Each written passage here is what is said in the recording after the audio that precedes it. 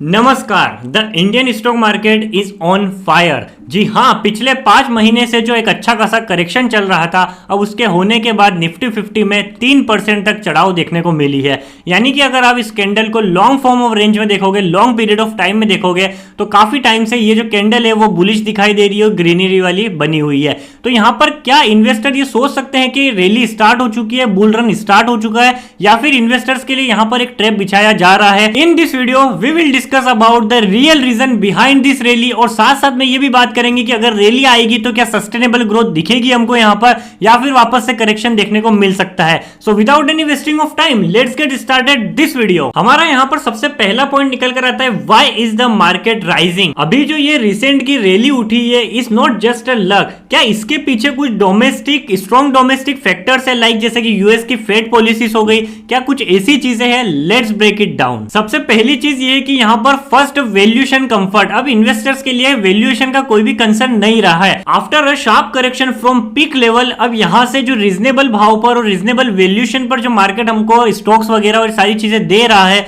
वो पहले से बहुत ज्यादा अब अच्छा खासा करेक्ट हो चुका है। तो यहां पर इन्वेस्टर्स के लिए यहां पर कुछ भी ज्यादा सोचने की जरूरत नहीं है कि वैल्यूएशन उनके लिए सबसे ज्यादा बड़ा कंसर्न निकल कर आता है। आईसीआईसीआई सिक्योरिटीज के head of research mister Pankaj Pandey का भी यहां पर यह कहना है, domestic macros has been largely good with the very reasonable price, the valuation have come off. सबसे बड़ी एमक्यूए ग्लोबल ब्रोकरेज फर्म का भी यहां पर यह स्टेटमेंट निकल कर आता है कि जितने भी स्मॉल कैप और मिड कैप के इंडेक्स है, उनका जो एवरेज पी रेशियो है वो अच्छा खासा रीजनेबल रेट पर आ चुका है। तो यहां से इन्वेस्टर्स को काफी अच्छे स्टॉक्स यहां पर बहुत अट्रैक्टिव प्राइस पर देखने वाले हैं। Let's talk about the second point, strengthening macro indicators. जी हां, सबसे पहला निकल कर आता है जीडीपी का डेटा। या हमारा जो इंडिया का जीडीपी का डेटा है वो काफी अच्छा खासा सस्टेन होकर चल रहा है, जो कि 6% के अराउंड आता है। अब ये पहले कुछ महीनों पहले यहाँ पर जीडीपी का डेटा काफी ज्यादा गिरते जा रहा था, जिससे कि इकोनॉमी के अंदर, हमारे इंडिया के अंदर रेसेशन वाला माहौल बन गया था कि क्या यहाँ से जीडीपी अच्छा खासा मूव कर पाएगी या नहीं कर पाएगी। बट ये जो नंबर है वो 6% काफी अच्छा खासा स्टेबल दिखाई दे रहा है। इसकी वजह से भी मार्केट के अंदर राइज होने के चांस बढ़ रहे हैं। सेकंड नंबर पर पॉइंट निकल कर आता है सीपीआई डेटा, यानी कि इन्फ्लेशन डेटा, जो कि जनवरी में 4.6 के अराउंड था। वहीं पर इन्फ्लेशन घटकर अब फरवरी के अंदर जो नया डेटा आया है उसके अंदर 3.6% की आई है। तो इन्फ्लेशन की वजह से भी मार्केट के अंदर राइजिंग वाले चांसेस दिख रहे हैं। यहां पर तीसरा डेटा निकल कर आता है इंडेक्स ऑफ इंडस्ट्रियल प्रोडक्शन का, आईआईपी डेटा, जो कि अभी फरवरी में हमारी जो इंडस्ट्रियल की प्रोडक्शन रेट है वो 5% से बढ़ रही है, जो कि जनवरी में 3.6 के अराउंड चल रही थी। तो यहां पर जो हमारा तीनों का जो डेटा है मैक्रो इकोनॉमिक्स के इंडिकेटर्स, वो यहां पर पॉजिटिव और बुलिश वाले दिख रहे हैं कि भैया इंडिया अच्छा खासा स्टेबल लेवल पर खड़ा है और अच्छा खासा यहां से ग्रोथ कर सकता है। और अगर मैं यहां पर एक बड़े एक्सपर्ट्स की एक स्टेटमेंट आपको बताऊं तो चक्री लोकप्रिय जो एक बड़े फाइनेंशियल एडवाइजर है, इनकी तरफ से भी ये निकल कर आ रही है स्टेटमेंट की जो जीडीपी की ग्रोथ है वो 6% काफी अच्छी है, और आने वाले टाइम में हम यहां से अच्छी खासी ग्रोथ की एक्सपेक्टेशन भी लगा रहे हैं। अगर आप बैंकिंग के एसेट्स को देखोगे, एनपी यानी कि नॉन परफॉर्मिंग एसेट्स को देखोगे, तो वो लो निकल कर आ रहे हैं। ऐसे एसेट्स जो कि काफी कम परफॉर्म करते हैं और ऐसे एसेट्स जो कि काफी ज्यादा अच्छे परफॉर्म करते हैं, उनका नंबर धीरे धीरे बढ़ता जा रहा है। और प्राइवेट बैंक्स हो गई या फिर पब्लिक बैंक्स हो गई, इनकी जो बैलेंस शीट है वो भी काफी ज्यादा स्ट्रॉन्ग दिखाई दे रही है। और आने वाले टाइम में जो बैंकों का कैपेक्स है, यानी कि कैपेक्स मतलब कैपिटल एक्सपेंडिचर, वो भी बढ़ने वाला है। आने वाले 2027 तक 11 लाख करोड़ तक पहुंच सकती है ये चीजें। Let's move to the next point, third point, rate cut expectation, another key drive in rate cut. अभी मार्च की जो मीटिंग हुई है, जो कि फेड के चेयरमैन पोवेल जी ने करी है, उनका यहां पर यह साफ कहना है कि अभी जो उनके रेट के कट है वो तो स्टेबल रहेंगे ही रहेंगे, लेकिन आने वाले दिस ईयर में, इस ईयर के अंदर आपको 2 बड़े रेट कट देखने को मिल सकते हैं 2025 के अंदर, जहां से यूएस के मार्केट काफी ज्यादा खुश है।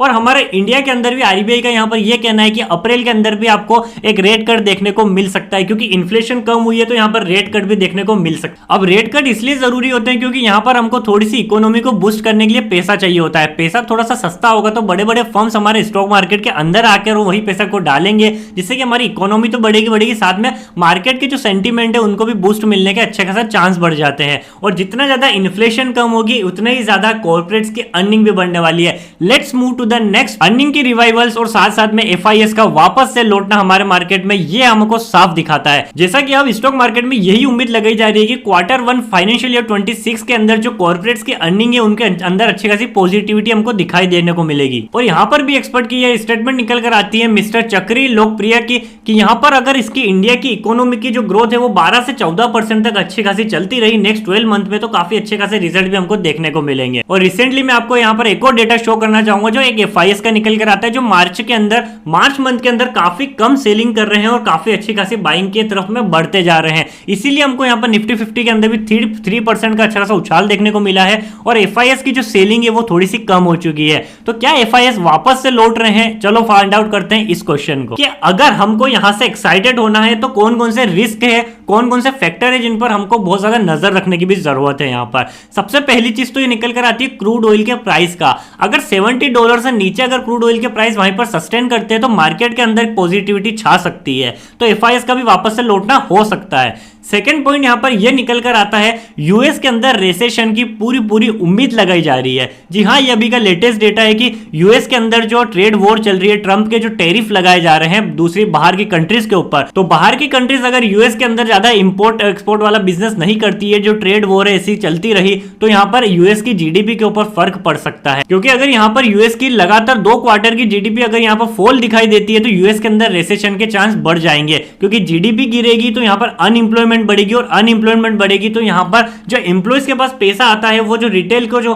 वहां पर बाजार में जाकर खर्च करता है वो भी कम हो जाएगा। तो कॉर्पोरेट्स की अर्निंग गिरने के बाद वहां पर रिसेशन के चांसेस सबसे ज्यादा बढ़ सकते हैं। तो ये जो रिस्क फैक्टर है वो यहां पर यूएस के अंदर बहुत ज्यादा बड़ा मंडरा रहा है। हमारा यहां पर थर्ड पॉइंट ये निकल कर आता है कि ये हमारे इंडिया के लिए तो काफी अच्छा पॉइंट है कि डॉलर जो है वो लगातार गिरता जा रहा है। जो 87-88 रुपीज के आसपास डॉलर का प्राइस पहुंच गया था वो अभी 86 रुपीज के आसपास चल रहा है। तो डॉलर कंटिन्यूसली फॉल्स हो रहा है, जिसकी वजह से इंडिया का जो मार्केट है वो इमर्जिंग मार्केट हो सकता है। FIS के लौटने के चांस यहां पर इसलिए बढ़ सकते हैं क्योंकि डॉलर का जो प्राइस है वो गिर रहा है। अब जो इंडिया इंपोर्ट करेगा सामान और वहां से वो डॉलर में खरीदेंगे तो वो काफी अच्छा खासा हमारे लिए साबित हो सकता है। पहले रुपया गिर रहा था और डॉलर बढ़ता जा रहा था तो हमारे लिए मुश्किलें खड़ी हो रही थी, लेकिन अब आने वाले टाइम में डॉलर गिरता जा रहा है, रुपया मजबूत होता जा रहा है, तो हो सकता है कि यहां पर FIS को आना चाहिए इंडियन स्टॉक मार्केट के अंदर। अब यहां पर एक बोनस पॉइंट की भी साथ साथ बात कर लेता हूं कि जो मॉर्गन स्टैनली की एक रिपोर्ट निकल कर आ रही है, उनका यह कहना है कि लगातार अगर इस ईयर के अंदर एक अच्छा खासा पॉजिटिव और बुलिश वाला साइन दिखता रहा हमको यहां पर, तो सेंसेक्स से उन्होंने टारगेट दिया है कि वो 1 लाख पॉइंट्स तक पहुंच सकता है। जो अभी 76-77,000 के आसपास चल रहा है सेंसेक्स का इंडेक्स, वो 1 लाख पॉइंट तक भी पहुंच सकता है, 1 लाख पॉइंट तक। जी हां, और यहां पर अगर ये बुलिशनेस नहीं चली और बियरिश वाला माहौल चला तो भी उनका यहां पर ये एक स्टेटमेंट निकल कर आता है कि 92 या 93,000 तक दिसंबर 2025 तक सेंसेक्स पहुंच सकता है। अब ये सारी चीजें डिपेंड करती है क्रूड ऑयल के प्राइस क्या चल रहे हैं, रेट कट मिल रहे हैं नहीं मिल रहे हैं, ट्रंप की तरफ से क्या चीजें आ रही है, टैरिफ के ऊपर क्या राहत है या नहीं है, डॉलर इंडेक्स के ऊपर क्या बोल रहे हैं, यूएस के गवर्नमेंट के जो बॉन्ड्स है वो कंटिन्यूसली अगर फॉल हो रहे हैं तो इंडिया का मार्केट अगर उछलने लग जाएगा क्योंकि FIS वापस से इधर आने लग जाएंगे।